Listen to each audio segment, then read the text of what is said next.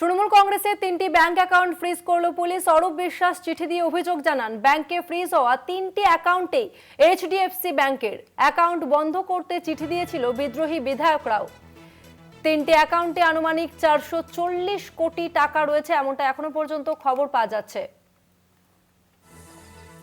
অরূপ বিশ্বাস তিনি bank account freeze করার জন্য চিঠি দিয়েছিলেন এবং বিদ্রোহী সাংসদরা তারাও কিন্তু একই আর্জি জানিয়েছিলেন। আর এরপরই তৃণমূল কংগ্রেসের 3টি ব্যাংক অ্যাকাউন্ট ফ্রিজ করল পুলিশ। সেই অ্যাকাউন্টে আনুমানিক 440 কোটি টাকা ছিল বলেই জানা যাচ্ছে। যে খবর এই মুহূর্তে সামনে আসছে, তৃণমূল কংগ্রেসের 3টি ব্যাংক অ্যাকাউন্ট ফ্রিজ করল পুলিশ। অরূপ বিশ্বাস তৃণমূল কংগ্রেসের কোষাধ্যক্ষ, তিনি চিঠি দিয়ে অভিযোগ জানান, ব্যাংকে ফ্রিজ হওয়া 3টি অ্যাকাউন্টেই এইচডিএফসি ব্যাংকের অ্যাকাউন্ট বন্ধ করতে চিঠি দিয়েছিল বিদ্রোহী বিধায়করাও। 3টি অ্যাকাউন্টে আনুমানিক 440 কোটি টাকা ছিল। কথা বলবো, আমাদের সঙ্গে ফোন লাইনে রয়েছেন বিশেষ প্রতিনিধি দেবজ্যোতি ঘোষ।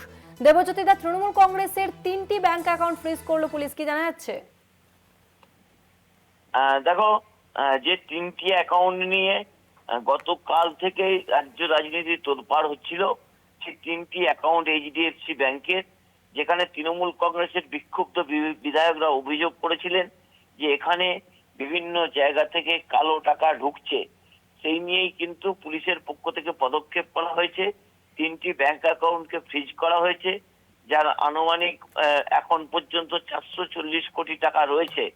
অত্যন্ত গুরুত্বপূর্ণ, তৃণমূল কংগ্রেসের বিক্ষুব্ধ গোষ্ঠীরা যে কথা বলছেন তা নিয়েও কিন্তু যথেষ্ট প্রশ্ন তৃণমূল কংগ্রেসের পক্ষ থেকে তোলা হয়েছে। কারণ তারা বলেছেন যে দলের একটি রাজনৈতিক দল, রেজিস্টার্ড দল, সেখানে কোনোভাবেই বেআইনি কোনো টাকা কোনোভাবেই রাখা যায় না। কারণ বেআইনি টাকা রাখতে গেলে সেখানে প্যান কার্ড সহ সেখানকার অ্যাকাউন্ট হোল্ডার যারা রয়েছেন, অর্থাৎ যারা ট্রেজারার রয়েছেন, তাদের সই দরকার। সেখানে বেআইনি টাকা নিয়ে যে অভিযোগ করা হচ্ছে তা একেবারে ভিত্তিহীন।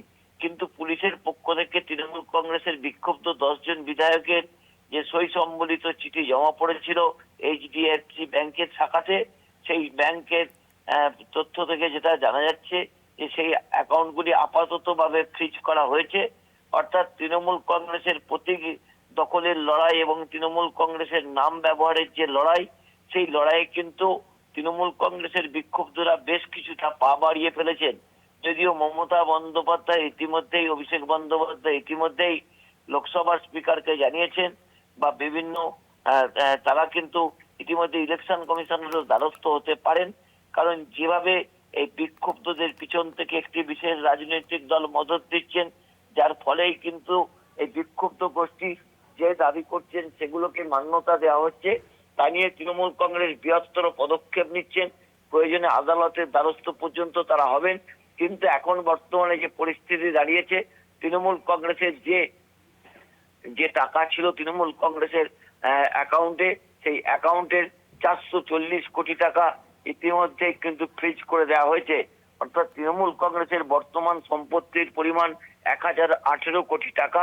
সেই জায়গাতে 440 কোটি টাকা যেটা সেভিংস ছিল, সেই টাকা কিন্তু ফ্রিজ করা হয়েছে। আরো একটি অ্যাকাউন্ট তৃণমূল কংগ্রেসের সেভিংসে রয়েছে, সেখানে কিন্তু এখনো পর্যন্ত পুলিশের পক্ষ থেকে বা এই সংশ্লিষ্ট যে ব্যাংক রয়েছে তাদের পক্ষ থেকে কোনো পদক্ষেপ নেওয়া হয়নি। সেখানেও প্রায় 180-85 কোটি টাকা রয়েছে বলে সূত্র পর জানা যাচ্ছে। ধন্যবাদ দেবজ্যোতি।